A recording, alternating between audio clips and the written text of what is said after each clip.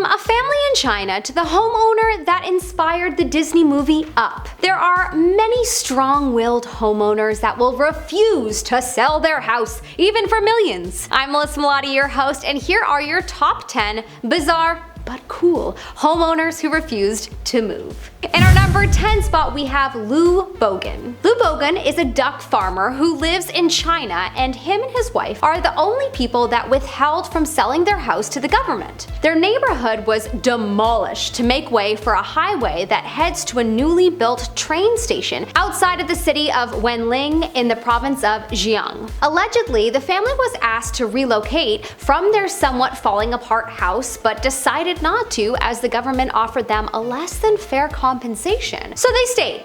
And guess what? The highway was actually built around them. Whoa, so crazy that this is even real life. Apparently, people see this house as a symbol of resistance to the local officials accused of offering a small compensation to vacate neighborhoods for development projects. In our number 9 spot, we have Tokyo Narita. This story is fascinating to me, and I can't believe it's real, but it is. You may not know this, but Tokyo Narita is an airport in Japan that was actually built around farmland. Fully functioning farmland, as in people are literally farming still till this day, and around them is the airport where planes fly in and out every single day. A man named Takao Shito runs the farm today, but his father is the original owner who refused to sell in the 60s. The family was offered $1.7 million at the time, and they still refused. In our number 8 spot, we have the Toronto Duplex. There is a duplex in Toronto that is actually sliced in half. You heard me right, it was sliced in half. This duplex is located on St. Patrick Street in Toronto, and apparently in the 1950s, the owner refused to sell it to a developer who apparently bought all of the neighboring properties for development.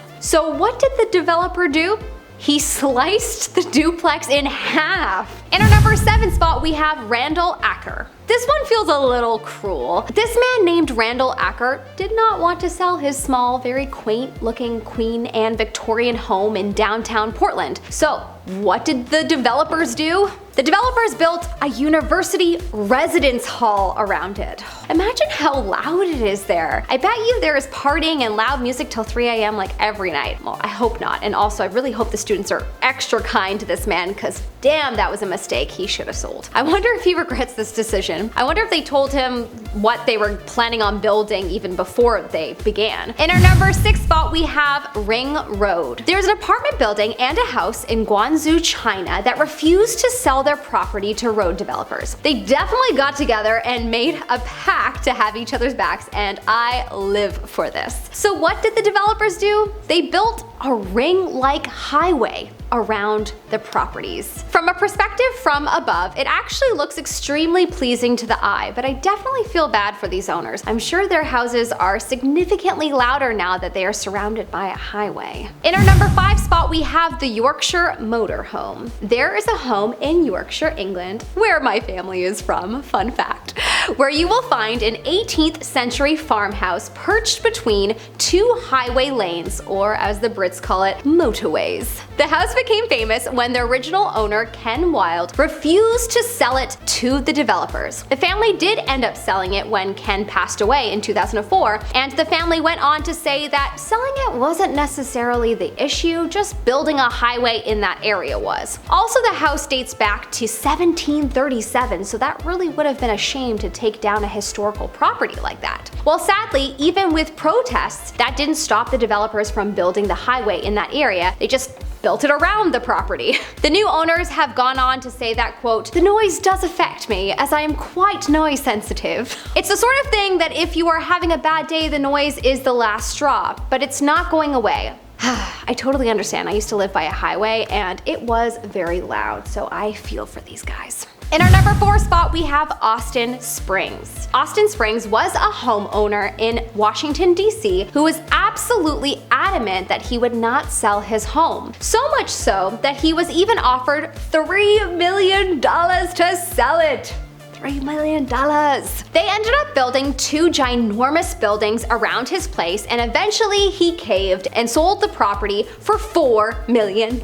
I guess it was a good thing he held out because now he's $1 million richer. Also, his house looked pretty run down before, so it probably needed a little TLC from some developers. So it was probably a good thing he sold it. Coming up at our number 3 spot, we have Mary Cook's home. This home reminds me of the home from Stuart Little, and quite possibly it could have inspired it. Mary Cook's home was once a small home in an up-and-coming neighborhood, the Upper West Side of New York. Yeah, boy was it ever up and coming.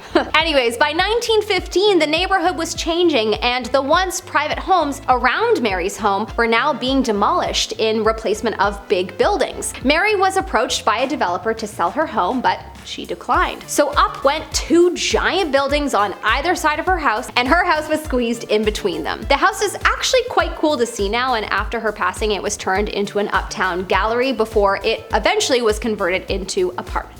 In our number 2 spot, we have Mrs. Liang of China. This is another crazy story that I can't believe is real. Quite frankly, that is how I feel about all of these stories, so yeah. This woman, Miss Liang, absolutely refused to sell her home to some developers because she was going to be moved to a house beside a morgue. Understandable. Oh my gosh, I would not want to live next to a morgue. Like with graveyards, I would feel like I have to hold my breath all the time. Anyways, the developers ended up building a legit highway around her home, and now her home has become a tourist attraction, which honestly, if I were her, I would milk that, charge a little fee, and then use that money to buy another house and keep that one going as a forever tourist attraction. But I've got my business cap on. In our number 1 spot today, we have Edith Macefield. Edith's story is a tale that is quite beloved around the world. It is a tale that inspired the popular Disney movie Up, which I surprisingly have never seen, and I almost feel ashamed to say that because it looks so cute. But I remember when it came out and everyone said that it was sad, and so I was actually sad at the time, so I had no room to be more sad. Anyways, the developers of that area wanted to build a shopping mall, but Edith refused to sell. They even offered her $1 million for it, and she wouldn't budge. This was long before 2009 when the Disney movie came out, and back then, kiddies, that was a lot of money for a small home like that. Anyways, they ended up building the mall around her house. Gotta love a sweet old fiery lady committed to what she wants. Alright, well that was fun. I do enjoy spirited people who stand their ground when it comes to things that they love. Curious to know, is there something that you would never sell for $1 million? Leave a comment in the comment section below. I'm your host, Melissa Melotti, and thank you so much for watching. If you want to follow me on Insta or YouTube at Melissa Melotti, please do, and I hope you have a good day.